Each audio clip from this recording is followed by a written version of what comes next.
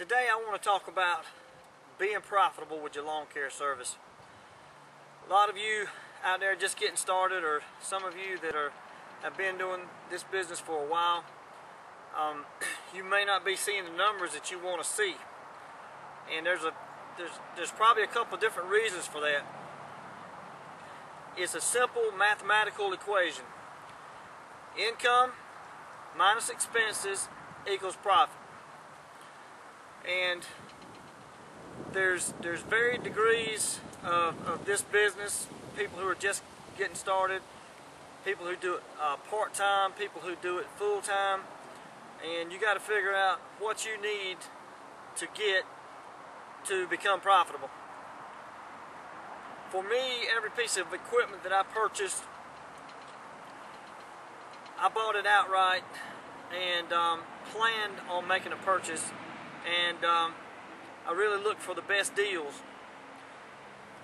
But you got to start somewhere, and the way that I would suggest that you start is you start by looking at what you've got. You look at the accounts you got, what they're bringing in, and you look at your expenses. Kind of like one of my getting out of the debt videos. You got to weigh income minus expenses. That's equal what you got left over, and that's going to give you a starting point.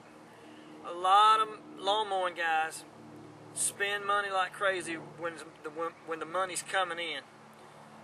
They go make lavish, expensive restaurant trips and buy stuff that they don't need, and when the end of the season gets here, there's no money left over.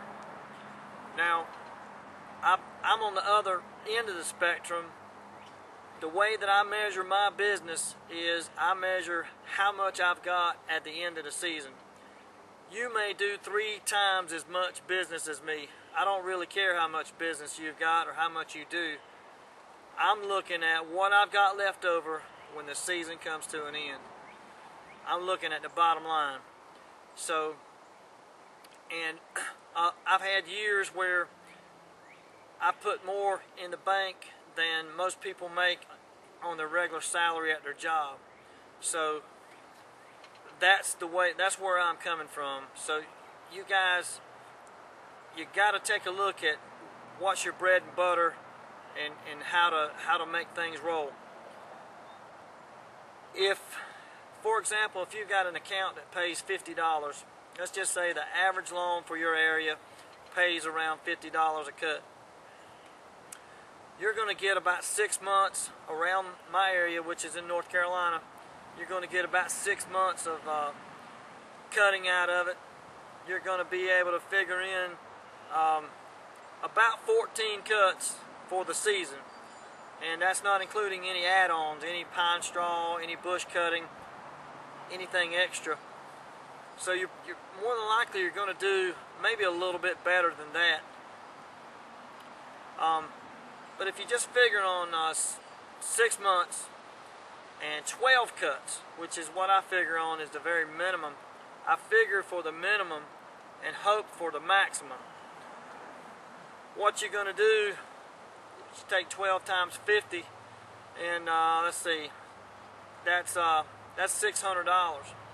So you can say, okay, all right, one account is worth $600 at $50 an account. So you got to sit down and figure out how many accounts that you need at that price. Could be lower or higher. If they're lower, you're going to have more. But that'll give you a basis to start on, and you just build off of that. One of the biggest mistakes I see these new guys making is they want to get a machine like this that costs $10,000 right to start with. They got some really great payment plans and stuff out there. That's not the way I started. I started with a little 42-inch riding lawnmower, pulled on a little trailer behind a little Chevy Beretta car, and I probably looked, ridiculous. But I had the little curved shaft weed eater, but the mower was paid for, the weed eater was paid for, the car was paid for, the trailer was paid for. So every time I went out and cut, the money was mine to keep. And if you're in this business to make a profit, that's what you got to look at. Plan your purchases. Plan them. If you're planning to grow and you know that you're going to need one of these machines, figure out how much they cost. I've always purchased used machines,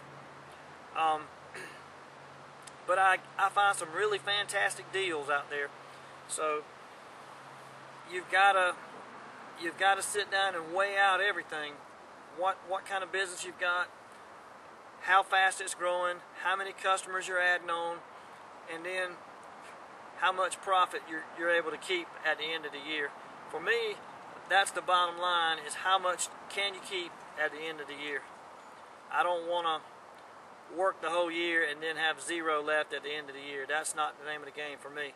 So figure out what you got to do to get the profit rolling in, and then do it.